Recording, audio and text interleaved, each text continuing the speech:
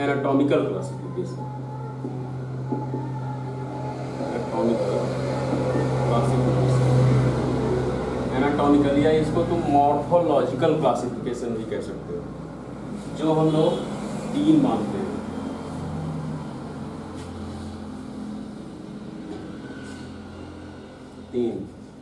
एक हम लोग मानते हैं लोबार निमोनिया, लोबार निमोनिया, एक ब्रोंको निमोनिया,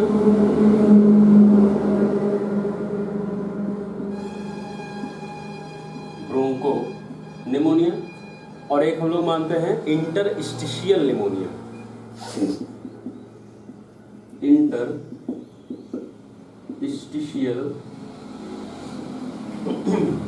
निमोनिया। अब ये 3 कोई अलग से नहीं है, बस पैथोलॉजिकल ही है। मान लेते हैं किसी को लोबार निमोनिया है, लेकिन ये निमोनिया उसको हॉस्पिटल में 48 घंटे रहने के बाद हुआ, तो इसी निमोनिया को हम लोग क्या कहेंगे? Hospital acquired pneumonia. समझ रहे हो? और अगर यही पेशेंट हॉस्पिटल नहीं आया है कभी, और इसको कभी निमोनिया हुआ है जो कभी हॉस्पिटल नहीं पहुंचा, और अब इसको अगर निमोनिया हो गया, तो इसी पेशेंट को हम लोग क्या कहेंगे? Community acquired pneumonia. अगर यही पेशेंट वेंटिलेटर पर लेटा था 48 घंटे से ज्यादा और निमोनिया हो जाए, तो इसी को हम लोग वेंटिलेटर एसोसिएटेड निमोनिया कहेंगे। वेंटिलेटर एसोसिएटेड निमोनिया हो जाएगा। अगर यही पेशेंट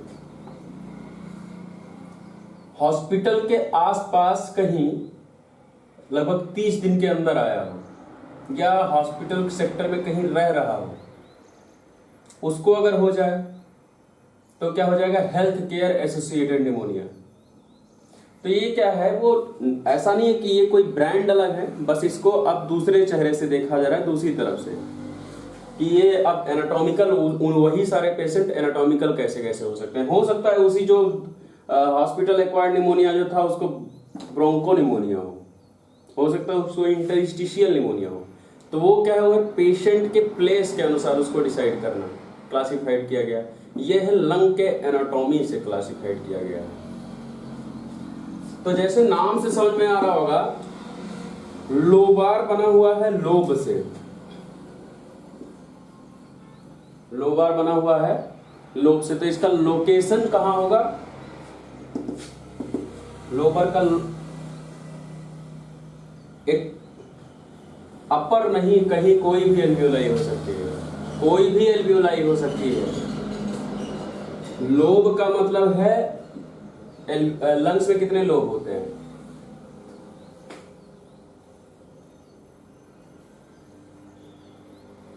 लोबार निमोनिया का मतलब है कि कोई एक लोब या 2 लोब इन्वॉल्व हो जाए।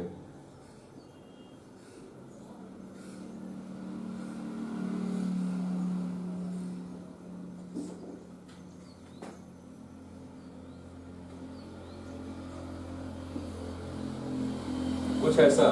अब अगर सिर्फ यहां इन्वॉल्व है लेफ्ट अपर लोब पर और निमोनिया यहां हुआ है, तो ये लोबार निमोनिया हो जाएगा। दूसरी चीज क्या है कि लोबार निमोनिया होता है एल्वियोला में। जो खास निमोनियल पैथोलॉजी हम लोग पढ़ते हैं वो हम लोग पढ़ते हैं लोबार निमोनिया की पैथोलॉजी, और सबसे कॉमन लोबार निमोनिया रहता है। तो लोबार निमोनिया ये कहाँ होता है? इसका एक तो कि ये लोब में हो, स्पेशली किसी एक लोब में हो। दूसरा क्या है, जो इसका मेन लोकेशन है of infection, location of infection, ये है एल्वियोला। जैसे अगर यहाँ लोअर लोब में हो तो ये इन्फेक्शन इसमें कहाँ होगा जाता? एल्वियोला में।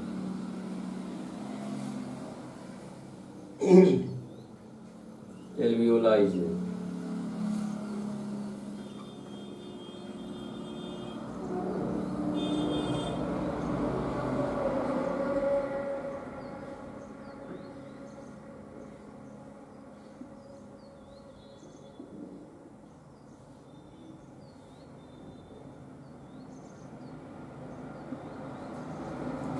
एल्वियोलाई में। इन्फेक्शन पॉइंट यहाँ है, ये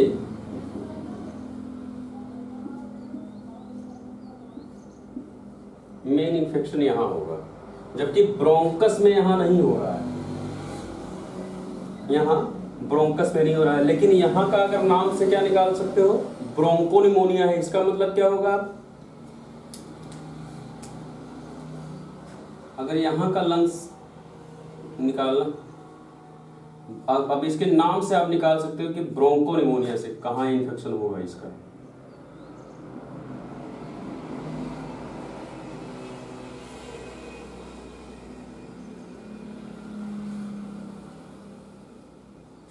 ये ब्रोंकस आएंगे, ये ब्रोंकस आए सारे, ब्रोंकस आ गए और लास्ट में जाके एल्वियोलाइज, यहाँ भी, यहाँ भी। अब इसमें ब्रोंकोनिमोनिया में कहा, ब्रोंको मतलब ब्रोंकस, ब्रोंको मतलब ब्रोंकाई।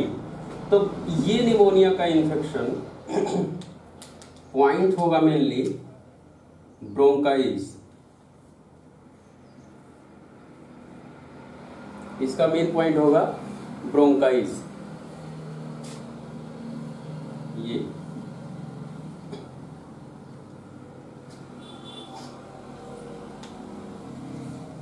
तो इसका लोकेशन ऑफ इन्फेक्शन होगा ब्रोंकाइस।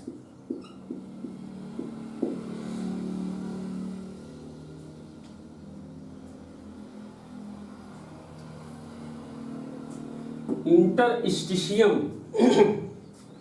इंटरस्टिशियम, इंटर मतलब होता है बीच का,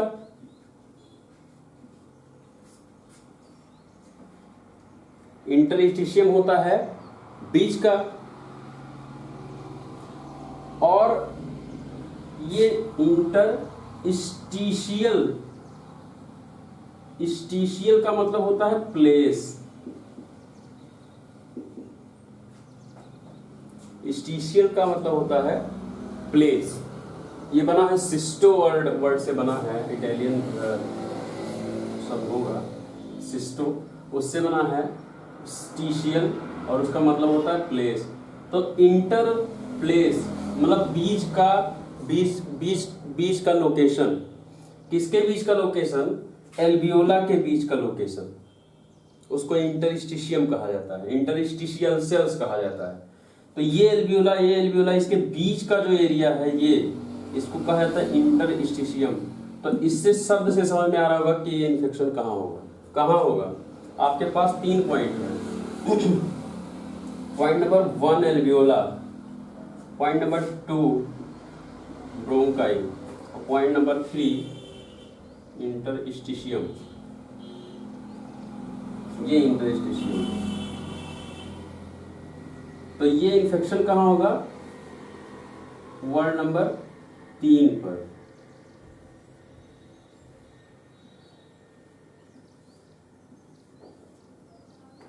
इंटरस्टिशियल,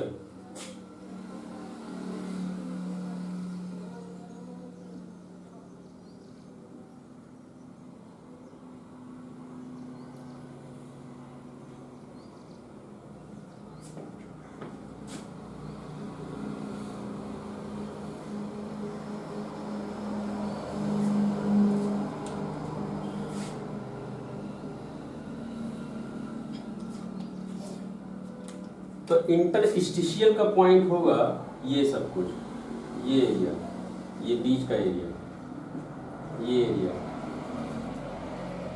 ये एरिया, यहां से ये एरिया, ये सब कुछ इंटरस्टिशियल निमोनिया। ये बहुत जरूरी है, ये बड़ा क्लिनिकल है। एक्वायर्ड और हॉस्पिटल एक्वायर्ड और कम्युनिटी एक्वायर्ड, ये सब जानने से वहाँ जो हम डिवाइड करते हैं, वहाँ इसलिए हम लोग डिवाइड करते हैं कि हमें एंटीबायोटिक सिलेक्शंस कर पाएँ। क्योंकि जो बाहर से एक्वायर्ड, जो कम्युनिटी एक्वायर्ड निमोनिया लेकर आता है और जो हॉस्पिटल एक्वायर्ड निमोनिया है, दोनों में ज्यादा खतरनाक किसका निमोनिया होगा?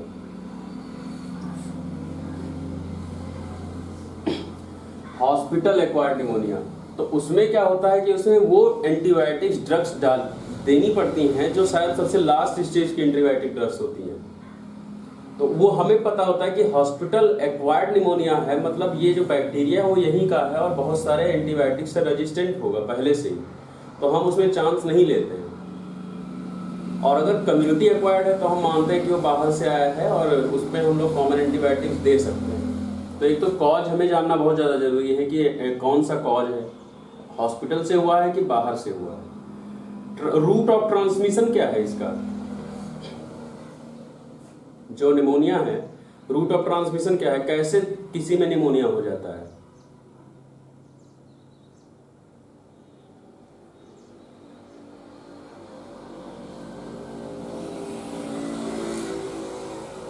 Droplet infection. Droplet infection main cause droplet infection. अगर किसी को निमोनिया है और वो किसी दूसरे के सामने अगर खांसेगा, छींक करेगा, बोलेगा, हंसेगा, जो ड्रॉप निकलेगा तो उसके लंग्स में निमोनियल बैक्टीरियाज हैं। अब वो बैक्टीरिया दूसरे के अंदर चला जाएगा, या किसी ने मानते हैं किसी का हैंकी है, उसने अपना हैंकी साफ किया, अपना नाक साफ किया, मुंह साफ किया और उसका हैंकी आपने यूज कर लिया, उससे मुंह आपने भी साफ कर लिया, तो उसका बैक्टीरिया आपके अंदर भी चला जाएगा। तो वो बैक्टीरिया, अगर आपका इम्यून सिस्टम ठीक है तो हो सकता है वो बैक्टीरिया मारा जाए, लेकिन अगर आपका इम्यून सिस्टम ठीक नहीं है तो आप पे हावी हो जाएगा। तो जितने लोगों को डायबिटीज होगा पहले से, या किसी को एंटी कैंसर ड्रग चल रहा हो, या किसी को कैंसर हो पहले से, या किसी को अस्थमा हो पहले से, तो जिनका इम्यून कॉम्प्रोमाइज है पहले से ही, उनको उनके अंदर ये बैक्टीरिया चला गया अगर, तो बहुत जल्दी चांसेस है। दूसरी चीज, अगर पहले से कोई लंग डिसऑर्डर किसी को है, निमोनिया होने से पहले ही कोई लंग डिसऑर्डर है, जैसे इंटरस्टिशियल निमोनिया हम लोग कह रहे हैं, तो इंटरस्टिशियल निमोनिया होने से पहले जरूरी है कि इंटरस्टिशियल डिसऑर्डर कोई हो उसको। तो इंटरस्टिशियल डिसऑर्डर लंग फाइब्रोसिस में होता है ज्यादातर, कि ये फाइबर इकट्ठा होने लग जाते हैं बीच में इंटरस्टिशियम में। तो यहां पर जब ये फंक्शन कॉम्प्रोमाइज होता है इनका पहले से ही, और यहाँ फिर अगर बैक्टीरिया इनहेल हो गया तो यहाँ का चांसेस बहुत ज्यादा होते हैं निमोनिया डेवलप करने के। अब अगर हम लोग इसको थोड़ा और जाए अंदर कि हमें इनमें एक्सरेज पे क्या दिखना चाहिए, कैसे दिखना चाहिए, और हम लोग कैसे पहचाने कि लोबार निमोनिया है, ब्रोंको निमोनिया है या इंटरस्टिशियल निमोनिया। तो आप इमेजिन करेंगे, वॉइस ऑफ कर लो, किसी के यहाँ बहुत आवाज आ रही है।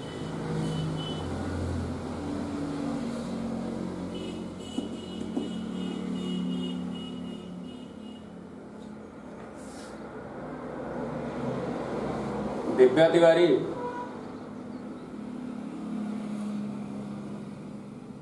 Divya,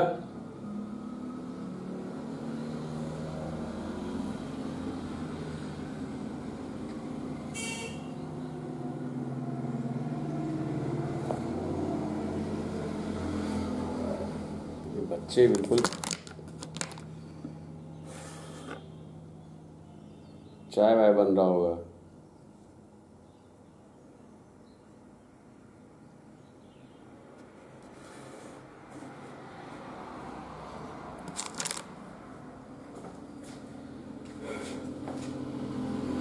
location of infection alveoli, जो एनाटॉमिकल स्ट्रक्चर है लंग्स का,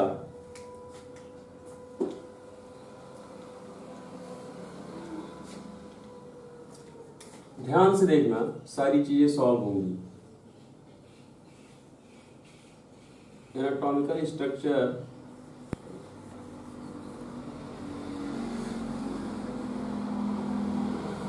जो ये लंग्स है, यहां से ब्रोंकस की जब एंट्री होती है, अच्छा आप क्या इमेजिन करते हो कि ज्यादा एल्वियोलाई किस एरिया में होंगे?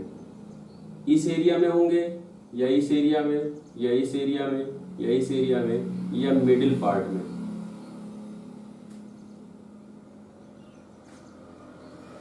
ये हो गया पेरीफेरी, साइड साइड, ये हो गया बिल्कुल हाइलर एरिया, ये हो गया मिड पार्ट। ज्यादा एल्वियोला कहाँ होना चाहिए?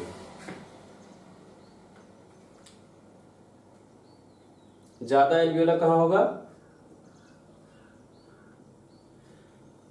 ऐसा जो भी पेरीफेरी वाले हैं वो मुझे कॉन्सेप्ट पता है ऐसा क्यों होगा। आपने कहा है, आपने कमेंट किया है, बहुत अच्छा है, लेकिन आप उसको प्रूव कैसे करेंगे?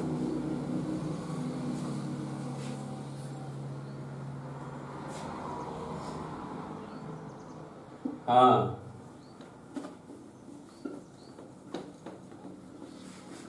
हाँ सही बात है। जैसे हम लोग बचपन से लंग्स पढ़ते आते हैं और हम लोग कोरिलेट किससे करते हैं? अंगूर के गुच्छे से।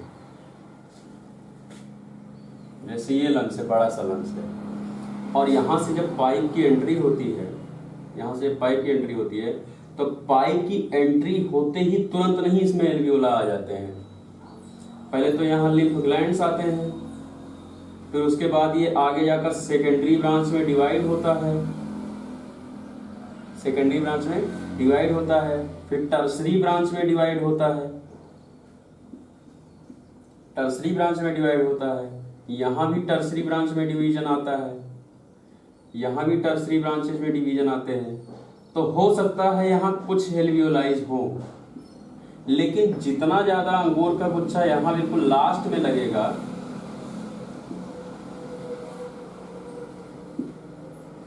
उतना मिडिल में नहीं रहेगा। अगर लंग्स को आप बीच से डाइसेक्ट करके देखोगे तो ये जो एरिया है मिडिल वाला पोर्शन, यहाँ आपको एल्वियोलाई ज्यादा नहीं मिलते हैं। यहाँ क्या है? मेन ब्रांचेज है और इंटरस्टिशियल सेल्स हैं। एल्वियोलाई के बीच के को ही नहीं कहेंगे हम लोग इंटरस्टिशियल, ब्रोंकाइज के बीच में भी जो इंटरस्टिशियम है उसको भी इंटरस्टिशियम कहेंगे। तो ये वाला एरिया इंटरस्टिशियल एरिया कहा जाएगा। अब एल्वियोलाइज कहाँ ज्यादा है? यहाँ, ये। लेकिन आपको इमेजिनेशन ये जरूर अपने दिमाग में रखना पड़ेगा कि ये ब्रांचिंग है और ये सेकेंडरी और टर्सरी ब्रांचिंग होती है, तो इस एरिया में एल्वियोलाइज कम होते हैं। इसीलिए आप जब लंग साउंड सुनना बहुत अच्छे सीख जाते हैं, तो आप जब हाइलम के पास लंग साउंड सुनेंगे तो ये हल्का डिफरेंट आएगा, और एल्वियोला के पास सुनेंगे तो ये हल्का डिफरेंट आएगा, डिफरेंस आएगा। तो ये थोड़ा थोड़ा हम लोग धीरे धीरे सीख जाते हैं। लेकिन हमें क्या है कि अगर लोबार निमोनिया हम लोग कहते हैं कि एल्वियोला में होती है, अगर, और दूसरी बात, एल्वियोला क्या है कि ये गुच्छे गुच्छे में है। एल्वियोला, बहुत सारे एल्वियोला गुच्छे गुच्छे में है, और जब ब्रांचिंग होती है इनकी तो सारे गुच्छे लगभग एक साथ आ जाते हैं। इसमें देखोगे फिगर में कुछ ऐसा। अब यहाँ ब्रांचेस जो है, ये तो आप देखोगे कि अलग अलग ब्रांचेस डिवीजन हैं।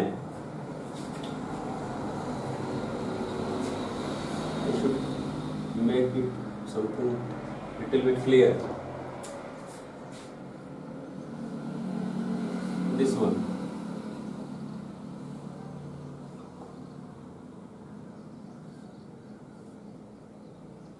This one. ये ब्रांचेस क्या है? अलग अलग है, लेकिन ये एल्वियोला क्या है? देखोगे आपस में सब मिक्स्ड है। तो अगर किसी को, अगर अब यहां पर मैं कहूं कि लोबार निमोनिया हुआ है, तो लोबार मतलब हो गया कि अगर एक एल्वियोला को इन्वॉल्व होगा तो उस बगल वाले को शिफ्ट कर देगा इन्फेक्शन, और वो बगल वाले को शिफ्ट कर देगा, और धीरे धीरे पूरा का पूरा एरिया इन्वॉल्व हो जाएगा, एल्वियोला पूरा इन्वॉल्व हो जाएगी।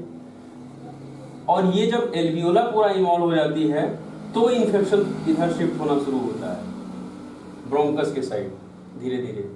तो हो सकता है फ्यूचर में कुछ घंटों में ब्रोंकस इन्वॉल्व हो जाए, लेकिन ये बहुत ही कंसोलिडेटेड इन्वॉल्वेशन होगा alveolar area, highly consolidated area, ये पहले क्रिएट होगा। तो ये अगर ये सेंटर छोड़कर पेरिफेरी साइड ज्यादा इन्फेक्शन दिखता है और एक बड़ा स्पॉट में मिलता है, एक कोई पाइप शेप नहीं मिल रहा है, और कोई छोटी छोटी लाइंस ऐसे नहीं मिल रही हैं, और एक बड़ा स्पॉट मिल रहा है कंसोलिडेटेड एरिया, तो ये किसका होगा? एल्वियोला का। ये अंगूर के गुच्छे वाला है, यहाँ पूरा का पूरा गुच्छा इन्वॉल्व हो गया है। तो ये कौन सा पॉइंट होगा? ये लोबार निमोनिया। अब अगर इतना इन्वॉल्वेशन हो जाएगा, अगर अंगूर का गुच्छा पूरा इन्वॉल्व होगा, तो एक्सरे, अगर मैं 3 एक्सरे बनाऊं, 3 प्लेट का एक्सरे, एक ये है, एक ये है, एक ये है, एक यहाँ लंग्स है, एक इस पे लंग्स है, एक यहाँ लंग है, पॉइंट 1 2 3, और ये लोबार हो गया, ये लोब हो गए, और मैं कह रहा हूँ कि ये कंसोलिडेटेड स्पॉट है, ये वाइट स्पॉट है। एक्चुअली मुझे ब्लैक करना पड़ रहा है, लेकिन आप लोग इसको वाइट स्पॉट मानेंगे। ये वाइट स्पॉट है, और यहाँ इस वाले में